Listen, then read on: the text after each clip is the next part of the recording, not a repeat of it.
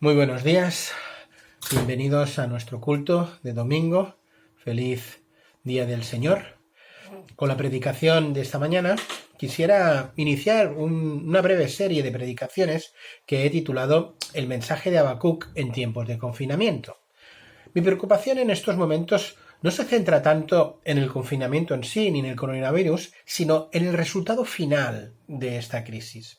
Mi preocupación es: ¿toda esta experiencia repercutirá en algo positivo en nuestras vidas personales como en nuestra vida eclesial? Mi oración es que así lo sea, y creo que en las circunstancias actuales es muy apropiado que reflexionemos sobre el contenido del profeta Habacuc para entender y para extraer de él verdades que nos ayuden a crecer en medio de esta crisis. Es por ello que he titulado esta serie El mensaje de Habacuc en tiempos de confinamiento. Mirad, un problema bien planteado es un problema en vías de solución. Es evidente que esta pandemia, con todas sus consecuencias, confinamiento incluido, es algo que nos ha pillado a todos por sorpresa. Todo lo que está ocurriendo es algo que no estaba en nuestros planes, es algo que nunca, pero nunca nos podríamos haber imaginado que iba a acontecer. ¿Cómo estamos planteando esta situación tan anómala? ¿Cómo seremos después de este confinamiento? Un problema bien planteado es un problema en vías de solución. El profeta Habacuc se enfrentó a una situación muy crítica en su momento, y tengo el pleno convencimiento que podemos aprender mucho de su actitud, mucho de cómo él abordó y se enfrentó en esta situación de crisis. El libro de Habacuc termina de forma radicalmente diferente a cómo empieza. El profeta comienza su libro con aquellas preguntas que nos han dicho que nunca hay que hacerle a Dios. ¿Por qué y hasta cuándo? Y termina con una de las declaraciones de fe, confianza y esperanza más hermosas que encontramos registradas en la palabra de Dios. Al inicio del libro, el profeta se encuentra en medio de una situación difícil, en medio de una situación que no entiende. ¿Os es familiar? ¿Os suena familiar esa sensación? Al inicio del libro nos encontramos con un hombre de Dios que en medio de su perplejidad y de su sufrimiento interior se atreve a lanzar una serie de preguntas a Dios, se atreve en definitiva a luchar con Dios en oración. ¿Os es familiar esta situación? A mí sí. Precisamente yo, y estoy convencido que la inmensa mayoría de vosotros, en medio de la perplejidad del momento presente, en algún momento que otro, le habéis preguntado a Dios en oración: Señor, ¿por qué todo esto que está sucediendo? Señor, ¿hasta cuándo? ¿Hasta cuándo va a durar toda esta situación del confinamiento y con todas sus consecuencias? A mí personalmente no me preocupa que le hagamos a Dios toda esta serie de preguntas, siempre y cuando después del proceso lleguemos a la misma conclusión a la que llegó el profeta al final del libro. Al final del libro nos encontramos con el mismo profeta, en medio de la misma situación difícil, en medio del mismo sufrimiento, pero lanzando una de las declaraciones más hermosas de fe y confianza y esperanza en Dios que nos podemos encontrar. ¿Qué ha ocurrido en la vida del profeta para que se produzca este cambio tan espectacular? Espero poder a lo largo de esta pequeña serie resaltar dónde reciben las claves para producirse este espectacular cambio de actitud. Estoy convencido de que todos nosotros nos gustaría que en medio del dolor y del sufrimiento que generan las circunstancias adversas que muchas veces sobrevienen a nuestras vidas, pues en medio de esas circunstancias podamos reaccionar con la misma profundidad de fe y de confianza que Habacuc expresa al final del libro. Pero para que eso sea posible, hemos de pasar por el proceso espiritual que el profeta experimentó. Lo que ocurre es que en muchas ocasiones caemos en la tentación de coger atajos para llegar al final, pero sin pasar por todo el camino por el cual Dios quiere hacernos pasar y dejar de aprender todo lo que debemos de aprender en ese proceso. Me viene a la mente el precioso poema de Constantino Cavafis, Camino a Ítaca, que nos dice que el viaje de la vida es más importante que la meta en sí mismo. Nos habla de la importancia de disfrutar del camino y de aprender de las experiencias que nos depara este viaje. En su hermoso poema que Lluís Llach musicó, dice así: «Quan surts per fer el viatge a Ítaca, has de pregar que el camí sigui llarg, ple d'aventures, ple de coneixences. Has de pregar que el camí sigui llarg, que siguin moltes les matinades». Como creyentes, nuestra cosmovisión de la vida es muy diferente a la del poeta Cavafis o la del cantautor Lluís Llach. Pues para nosotros lo más importante es la meta, es llegar a la meta, dado que nuestra meta es el cielo, nuestra meta es disfrutar de la presencia de Dios eternamente. Pero nos conviene no perder de vista que Dios también se complace que durante nuestro peregrinaje al cielo no solo disfrutemos del viaje, sino que aprendamos y que extraigamos lecciones importantes de la vida, del camino, que nos hagan mejores seres humanos, que nos hagan mejores hijos de Dios. Para que cada uno de nosotros podamos poder pronunciar de una forma vívida esa declaración final de fe del profeta, y no solo a un nivel conceptual, sino experimental, hay que, como Habacuc, aprender de las experiencias que nos depara ese viaje al cielo, ese peregrinaje al cielo, y atrevernos, si cabe, a luchar con Dios en oración y expresarle nuestras dudas y nuestras preguntas en el transcurso de ese viaje. La manera con la que nos enfrentamos y enfocamos nuestros problemas habla de una forma directa de cuál es nuestro nivel de madurez espiritual y de cuál es el grado de conocimiento vivencial que tenemos de la persona de Dios. El diálogo que mantienen Dios y Habacuc a lo largo de todo el libro es muy interesante. El profeta le plantea a Dios la cuestión de una aparente contradicción entre los hechos de la historia y la revelación de Dios. El profeta ve lo que está ocurriendo y eso no le concuerda para nada con lo que ha sido revelado en la palabra. Y eso, además de plantearle un problema filosófico o doctrinal, le plantea un serio problema vivencial. Finalmente, el profeta resuelve sus dificultades expresando su fe y su confianza en Dios, pero es muy interesante ver el proceso de ese diálogo. A mí me viene a la mente otro diálogo, esta vez entre Dios y Satanás, ese diálogo que encontramos en el libro de Job. Siempre me he imaginado esa conversación entre Dios y Satanás al inicio del libro de Job como ambos observando desde arriba, por encima del sol, esto es desde los cielos, mirando a la tierra, y que Dios le dice a Satanás: mira a mi siervo Job, lo fiel que es. Y Satanás le contesta: claro que es fiel, ¿cómo no lo va a ser con todo lo que le bendices? Y sabemos cómo sigue esa conversación. Yo, en base a esa conversación, me imaginaba otra imaginaria, una nueva conversación entre Satanás y Dios, ambos desde arriba, por encima del sol, mirando a la tierra y mirando a la situación de crisis, a la situación de la pandemia actual. Y me imaginaba a Satanás diciendo a Dios algo así: mira cómo he conseguido cerrar todas las iglesias. A lo que Dios le responde: y mira cómo yo he abierto una en cada hogar. Un problema bien planteado es un problema en vías de solución. Es cierto que la pandemia está haciendo mucho daño. Es cierto que, entre otras muchas cosas, no nos está permitido reunirnos como lo hacíamos antes. Y es cierto que nuestros locales están cerrados. Pero la iglesia no está cerrada. La iglesia no está inactiva.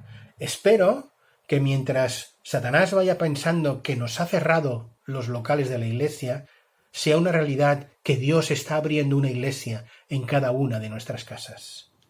Espero y deseo que esta crisis del confinamiento nos lleve a una nueva visión de lo que es ser iglesia y de cómo vivir siendo iglesia allí donde estamos. Pero para que eso sea así, hemos de enfocar bien los problemas y hemos de pasar por el proceso, por todo el proceso que pasó Habacuc, para finalmente poder confesar como Habacuc, que aunque en los labrados no haya mantenimiento, que no lo había, ni las vacas estén en los corrales, que no lo estaban, con todo poder decir: yo confiaré en el Señor y me gozaré en el Dios de mi salvación. El mensaje del libro del profeta Habacuc se encuentra en medio de un diálogo entre profeta y Dios, algo que también hizo en su tiempo un contemporáneo de Habacuc, el mismo profeta Jeremías. Por tanto, ambos profetas nos enseñan algo muy importante en el ministerio profético y algo importante sobre la actitud que todo hombre y mujer de Dios tiene que tener, y es la necesidad de dialogar con Dios, la necesidad de plantearle a Dios con honestidad y con sinceridad todo aquello que no entendemos. Existe una gran diferencia entre preguntar a Dios o murmurar contra Dios. Existe una gran diferencia entre interrogar a Dios o atacar a Dios. Habacuc no lanza sus preguntas contra Dios, sino lo que hace es exponer sus inquietudes a Dios. Habacuc, en medio de una situación difícil e incomprensible para él, no murmura contra Dios, no ataca a Dios, sino que pregunta a Dios. Sí, Habacuc es el profeta que luchó con Dios, que se atrevió a luchar con Dios en oración, cuestionándole cosas, pero todas sus preguntas parten de una posición de fe y no de incredulidad. ¿Cuál era, pues, esa situación a la que hacía frente el profeta? ¿En qué momento histórico está situado el libro? El autor no lo fecha y tampoco menciona ningún rey que nos ayude a datarlo, pero sí que podemos encontrar datos en el mismo libro que nos dan pistas certeras. Los estudiosos entienden que el contenido del capítulo 1 y versículo 6 es la clave para situar el trasfondo histórico de este libro.